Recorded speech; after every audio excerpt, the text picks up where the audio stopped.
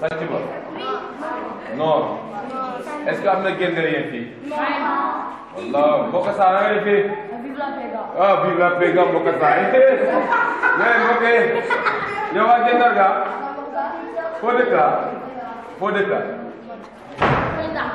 foo na xoolal dëkk yow ñoo jël date de sérawante bi ñu doon jël président loolu waa tey nag benn exposition moo fi am nii exposition bi day wane maanaam cosaan ak aada lu mu tuddati bëtu gaal xam ngeen bëtu gaal mooy décoration des pirogues voilà tey nag dañu ñëw ci weer wi pour ñëw wane ñëpp ni décoration pirogue yi duñ ko gis rek ci boor dex bi wala ci boori géej gi am na ci kër yoo xam ne am na ci yër yoo xam ne sax commencé na ci am na ci hôtel yoo xam ni sax am na oto yoo xam ni sax tey décoré nañ ko ci waaw mais ñëw bi ngeen ñëw nag neex na ma loolu mais dama bëgg ñu ànd ak yar ak teggin dox nag di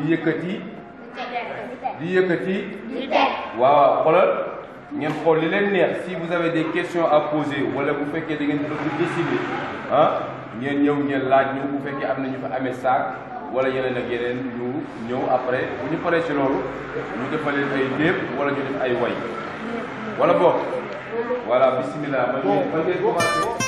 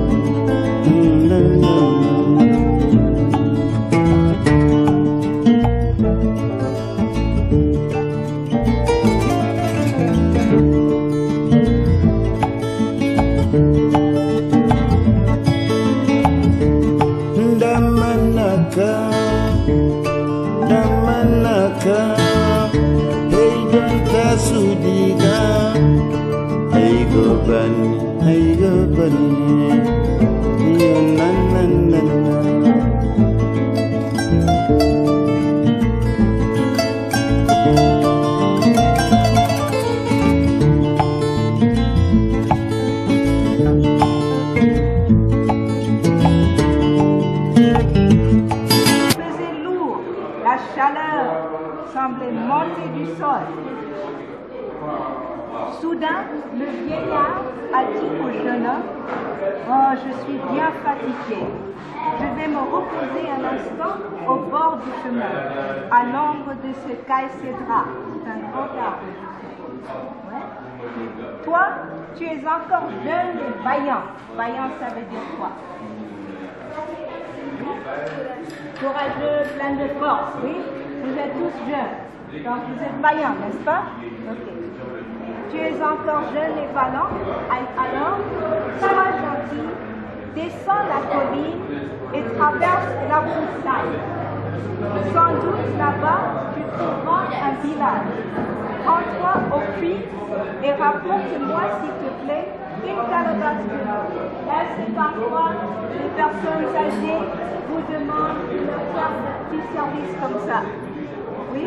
Et vous êtes bien à même de le faire, oui? Parce qu'il faut aider les vieux. Bon. Et ce qui fut dit, fut fait.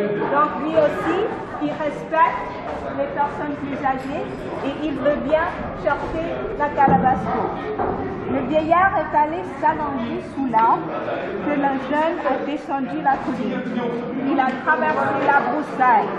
Il a trouvé un village. Il s'est rendu au puits. Mais là, il a vu une jeune fille qui tirait de l'eau. Une jeune fille belle comme un soleil. Le jeune homme lui a fait un grand sourire. Oui? Ça vous fait sourire quand vous remarquez une personne qui a la belle mine? Oui? Ok. Donc il a vu la jeune femme et il s'est mis à faire le fond transparent autour du puits. Donc il a déjà sa calebasse d'eau, mais il ne repart pas parce qu'il veut rencontrer la fille. Finalement, voilà. Le fanfaron, regardez là.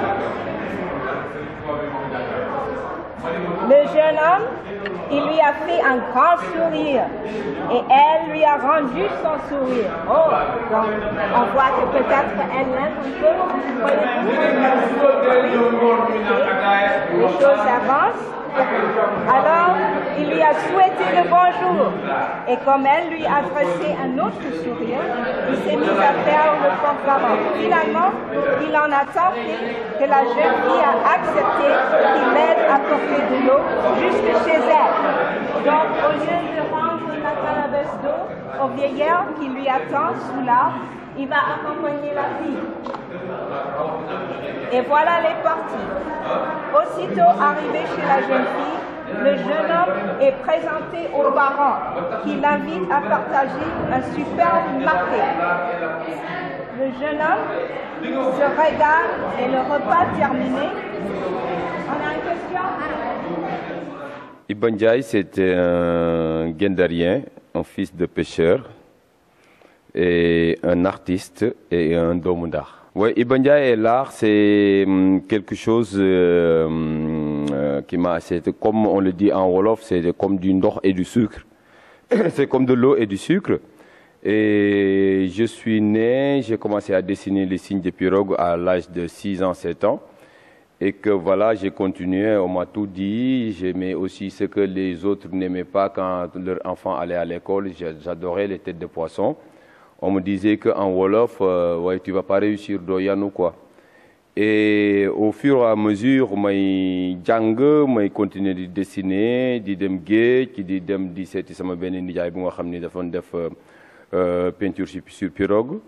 Et là, j'ai dit, mais pourquoi pas ne pas me lancer dans les peintures de pirogue, les signes de pirogue. Et depuis, je me suis commencé à intéresser sur ça et faire des recherches et côtoyer les personnes âgées, les vieux de notre quartier. Ouh là là là là, depuis très longtemps, parce que je le faisais par passion, comme toute chose qui arrive, ça arrive parfois par passion. Et que je le faisais, je le dessinais, un moment je le dessinais dans les mbars, les auvents, au bord de la mer ou du fleuve. Et un jour, il y a un vieux qui était toujours timide, qui me disait, mais Iba Ndiaye, mais tu ne peux pas faire encore beaucoup plus, parce que toi là, je vois ton avenir sur cette peinture. J'ai dit non, moi je ne vois pas mon avenir dans la peinture. Et là, ce jour-là, il m'a dit non, il s'est fâché même, il m'a dit continue. Et Dieu a fait que quelques années après, j'ai rencontré Yves Bergeret qui avait découvert mes signes de pirogue sur les auvents et sur les pirogues de course que je décorais souvent. Et voilà, on a fait un livre. Il y a Abdul Aziz, un jeune réalisateur doomu ndar aussi, qui était passionné par les décorations de pirogues et qui est tombé sur moi, qui m'a dit que ouais, je voulais vraiment... oui, ça fait longtemps que j'ai commencé à travailler dans ce truc-là. Oui, c'était pas facile parce que Au début, beaucoup de personnes prenaient les motifs comme des décorations, comme quelque chose qui n'existait pas. Or que ces signes de pirogue contiennent beaucoup de secrets et beaucoup de choses historiques, magnifiques entre la France ou les Portugais qui ont passé à Saint-Louis, qui venaient avec leurs canons, leurs drapeaux et leurs caravelles s'ancraient au large de Saint-Louis ou dans le grand bras du fleuve de Saint-Louis. Et que ces gens-là, oui, c'était des Guindériens qui avaient eu cette idée de dessiner ce qu'ils voyaient devant eux sur les flancs des pirogues, des canons, on les dessine jusqu'à présent. Là, on est derrière un canon. Et il y a des drapeaux aussi. Mais ce n'était pas facile de convaincre l'opinion internationale sur ce côté-là. Finalement, on a fouillé partout dans l'histoire du Sénégal et ça n'a jamais été mentionné nulle part. Et pour la première fois, en 2000, que ça a été mentionné, commencé à parler les peintures des pirogues. Ce n'était pas facile. Même pendant les voyages, j'ai rencontré pas mal de jeunes, j'ai rencontré pas mal d'artistes. Et comme je n'étais pas dans le milieu de l'art aussi, comme connaître Matisse, Van Gogh, etc., non, j'avais arrêté mes études et j'avais consacré toute ma vie dans la pêche, quoi. Mais arrivé à Paris, j'ai rencontré des pêcheurs à Douarnenez, à Saint-Malo, Cancale, faire des concerts, qu'ils m'ont montré aussi leur signe ancestral, et que voilà, j'ai commencé à expliquer l'histoire. Mais revenir à Paris, c'est là où c'était dur parce que j'étais devant des étudiants de la Sorbonne pour expliquer, et des journalistes, des chercheurs. Et c'était la première fois, oui, c'était la première fois. Et en ce moment-là, je ne parlais pas encore bien le français comme je le parle pas très super bien, mais comme aujourd'hui. Mais j'ai réussi à les convaincre. On m'a posé des questions pièges en me parlant de Matisse avec les signes que tu vois ici, qu'on voit les algues, des trucs comme ça. Mais je dis, je parle l'histoire de la mer et je parle l'histoire de mon peuple qui est un peuple qui est arrivé un siècle avant les colons à Saint-Louis, qui sont les Guindériens, qui habitent sur la langue de Barbarie, qu'aujourd'hui, on se pose la question, est-ce que c'est la langue des Berbères, ou c'est la langue des Barbares, ou c'est la langue des Barbaries? Et expliquer que aussi ces gens-là, c'était des gens qui donnaient le dos le continent et qui regardaient souvent l'océan, qui voyaient les oiseaux voler, qui voyaient les vagues, les temps qui passent, qui voyaient les pirogues voguer, voilà, qui admiraient les belles peintures des pirogues, parce que le pêcheur, tout ce qu'il peut avoir, et il peut tout avoir, mais il peut tout perdre aussi, sauf avoir une pirogue qui n'est pas bien décorée. Comme on le dit aussi dans un documentaire, il y a un vieux qui a dit, une pirogue, c'est comme une femme. Quand elle s'est bien mise, voilà, quand elle sort, on dit, ouais, c'est elle ou c'est pas elle, mais elle est magnifique, c'est ça. Et tout ce qu'on avait, nous, dans notre culture guindérienne, c'est d'admirer nos pirogues. Même on faisait le baptême avec des boissons, avec des repas, avec de la musique, ou avec des sabars ou des tamans à l'époque. Voilà. Mais ce n'était pas facile, mais Dieu merci, alhamdoulilah, c'est ça qui m'a fait durer un peu en Europe. Aller de galerie en galerie, montrer mes signes, parler de Guindériens, parler de la culture d'Omundar, parler des pirogues de course, donner envie aux autres de les faire rêver. Et j'ai eu pas mal d'amis qui sont venus au Sénégal et qui ont même resté et investir. Voilà, et c'est pour cela que je suis retourné cette fois-ci pour dire que voilà, 10 ans pour faire pousser un arbre, ça va. Maintenant, je peux attendre les fruits. Mais c'est pour cela que je suis revenu. C'est pas facile de vivre l'art, il faut le croire, comme on disait tout à l'heure.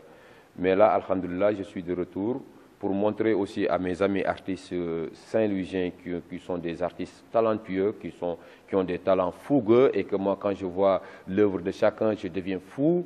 Je ne sais pas, c'est moi qui est comme ça, ou je ne sais pas, mais voilà, il y a quelque chose. Je dis, je vais venir, je rentre à Saint-Louis, je vais monter une exposition et montrer les facettes de l'art et essayer de regrouper les Saint-Louisiens, les artistes saint-louisiens aussi autour de l'art, autour d'un thé, autour d'un débat, autour du développement de Saint-Louis, pour voir comment on peut développer Saint-Louis avec ce qu'on a. ce qui est la culture, notre culture, ce qui est l'art aujourd'hui. Je vais dire une chose, El Junior, moi je suis l'esclave de Saint-Louis. Je vais être l'esclave, le plus esclave de Saint-Louis. Là, je suis là aujourd'hui, vous êtes témoin, vous avez vu, la salle était remplie d'enfants, les enfants couraient de tous bords. Je viens de faire un tableau, ils l'ont couvert de leurs choses. Je suis esclave de Saint-Louis, je veux transmettre ce que nos ancêtres avaient laissé ici. Et je pense qu'il y en a beaucoup qui le font, mais oui, merci. Vous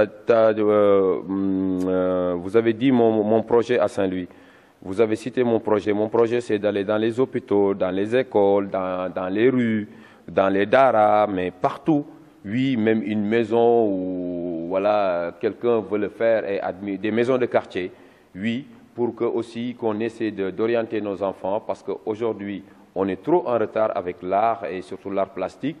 Parce que si tu voyages beaucoup, quand on voyage beaucoup, on remarque qu'en Europe ou dans les autres pays, ils ont beaucoup investi, ils ont incrusté l'art et l'art plastique à l'âge de 5 ans ou 3 ans. Voilà, et pour aussi que cette personne-là continue à réfléchir. Parce que l'art, c'est une liberté d'expression. C'est moi, j'aime l'art, je ne sais pas pourquoi, mais aujourd'hui, je sais que ça m'a fait beaucoup de choses, ça m'a amené vers, voilà, vers la lumière, vers les gens, vers les pauvres, vers les riches même, et vers aussi même les ignorants. J'ignore plus rien, l'art m'a appris la vie et qu'aujourd'hui je veux le transmettre et le crier, le danser, le chanter partout en commençant en art. Oui, je veux le faire parce que les 10 ans que j'ai fait en Europe, surtout en France, j'ai fait pas mal de formations, j'ai fait pas mal de formations dans les musées de chic, voilà, musées contemporains, voilà, parce que c'était que ça que j'avais envie, c'est ça qui m'avait fait voyager et que c'était ma vie finalement et que aujourd'hui j'ai commencé par un truc, je suis en train de construire, de finir une résidence artistique et culturelle à Gandiol que je vais offrir même ou partager avec les artistes de Saint-Louis, que tu sois artiste peintre, danseur, chorégraphe ou autre chose, je suis prêt à ça. Et oui, l'art, j'ai envie de donner des cours, comme là j'ai commencé avec l'Institut français de Saint-Louis, de donner des cours d'art aux enfants. Oui, pourquoi pas aller dans les écoles? Pourquoi pas aller dans les écoles coraniques même? Oui, pour la calligraphie, parce qu'il y a l'art aussi de la calligraphie coranique aussi, ou de l'écriture arabe. Et ça, j'aime bien. Ouais. Et ça, oui, je suis prêt, oui.